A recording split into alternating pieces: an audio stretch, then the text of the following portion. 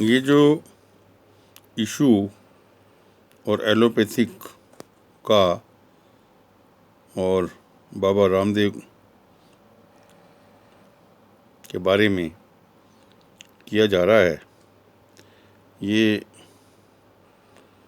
Amicably sort out करने की ज़रूरत है, क्योंकि इसमें बाबा रामदेव का जो इंटेंशन है वो लोगों को एक नेचुरल रास्ते पे लाना है। चाहे लाइट एक्सरसाइजेस हैं, योगा है, चाहे वो नेचुरल चीज़ों का सेवन है, तुलसी है, अदरक है, घिया है।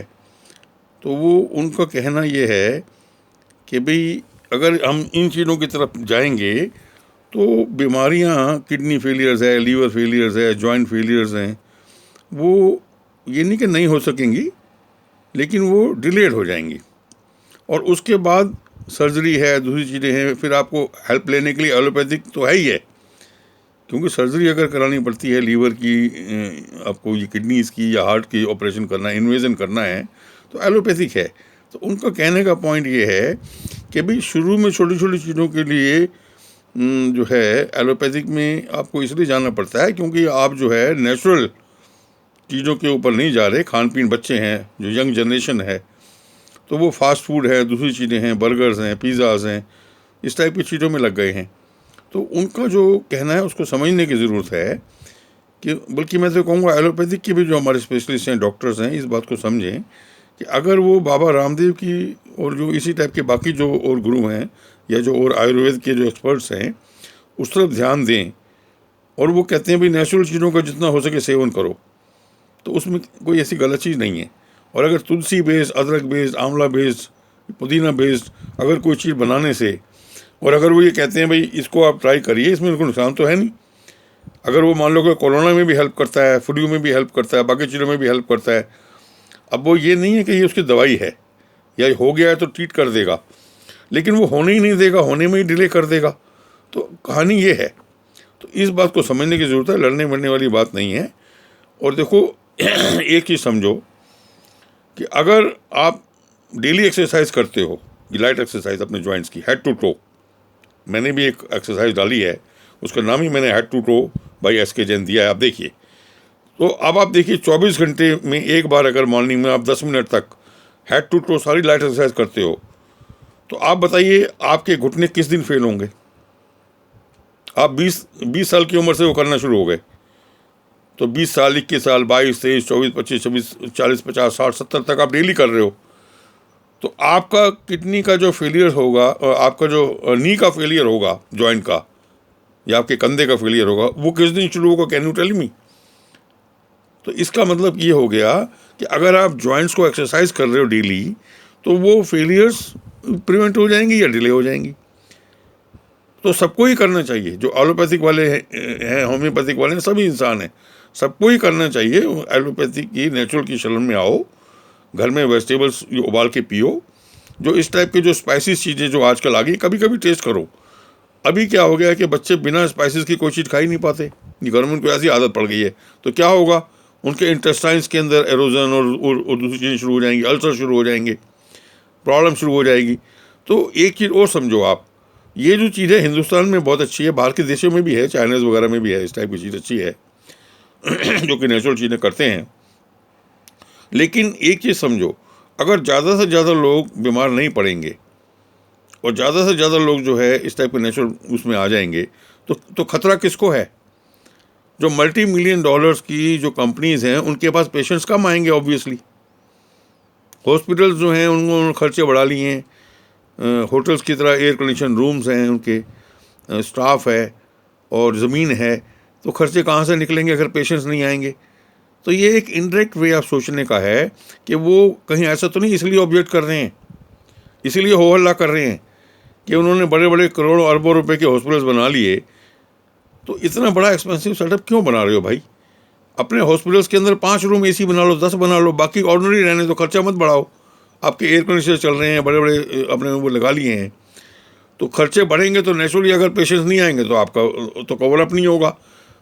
और ये सिर्फ इंडिया की बात नहीं है, ये वर्ल्ड ओवर है। तो वर्ल्ड ओवर की जो मल्टीनेशनल कंपनीज़ हैं, जब वो देखेंगी कि नंबर ऑफ़ पेशेंट्स कम हो रहे हैं, किडनी फेलियर्स कम हो रही हैं, हार्ट फेलियर कम हो रहे हैं, लीवर फेलियर कम हो रहे हैं, लोग बाग जो है नेचुरोपैथी की तरफ जा रहे हैं, तो उनको अफेक्ट होगा, वो शोर शराबा करेंगे, नहीं जाने देंगे। उनका एम इसी चीज़ से है कि ज़्यादा से ज़्यादा लोग पेशेंट्स बने रहें, ज़्यादा लोग जो नॉर्मल लाइफ में ना जाएं, कुछ ना कुछ होता रहे। अब देखो कोरोना है, कोरोना में 1.5-2 साल में अगर आप डाटा देखो तो एंजाइना के केसेस, आइज़ की प्रॉब्लम्स के केसेस, टूथ की प्रॉब्लम के केसेस और दूसरे पेन के केसेस, तो ये नंबर ऑफ़ केसेस देख लो, आप एनालाइज कर लो। तो ये कहीं ना कहीं कुछ ना कुछ ऐसा तो नहीं है एंगल कि एक कोशिश जो है लोगों को इस डायरेक्शन में धकेलने की है। और ऑब्वियस रीज़न है, क्योंकि अगर कुछ लोग ऐसे हैं जो इतना बड़ा खर्चा करने के बाद अगर उनके पास उनके क्लाइंट्स नहीं मिलेंगे तो उनका काम कैसे चलेगा। बट ये एक विशियस सर्कल है। तो इसीलिए मैं अपील करता हूँ कि हॉस्पिटल्स को बहुत ज़्यादा इतना एक्सपेंसिव मत बनाइए कि आपके खर्चे निकलने बंद हो जाएं। लोगों को ज़्यादा से ज़्यादा हो सके नेचुरोपैथी की तरफ जाके ठीक रखिए। और जब भी कभी कोई किसी की किडनी फेलियर हो जाए, हमारी भी हो सकती है, आपकी भी हो सकती है, क्यों नहीं हो सकती है। लेकिन अगर नेचुरोपैथी की तरफ जाएंगे तो किडनी फेलियर्स, बाकी फेलियर, जॉइंट फेलियर्स कम होंगे। जैसे मैंने कहा, डेली आप एक्सरसाइज कर रहे हो, आप मुझे बताइए कौन सी तारीख को आपका जॉइंट फेलियर होना शुरू होगा। डेली कर रहे हो आप सुबह, अब उसके अंदर आपके जो है शोल्डर्स भी एक्सरसाइज कर रहे हैं, नीज भी कर रहे हैं, पैर भी कर रहे हैं, गर्दन भी कर रही है, सब कर रहे हैं, डेली करे जा रहे हैं और ठीक कर रहे हैं, कोई सिम्टम नहीं है।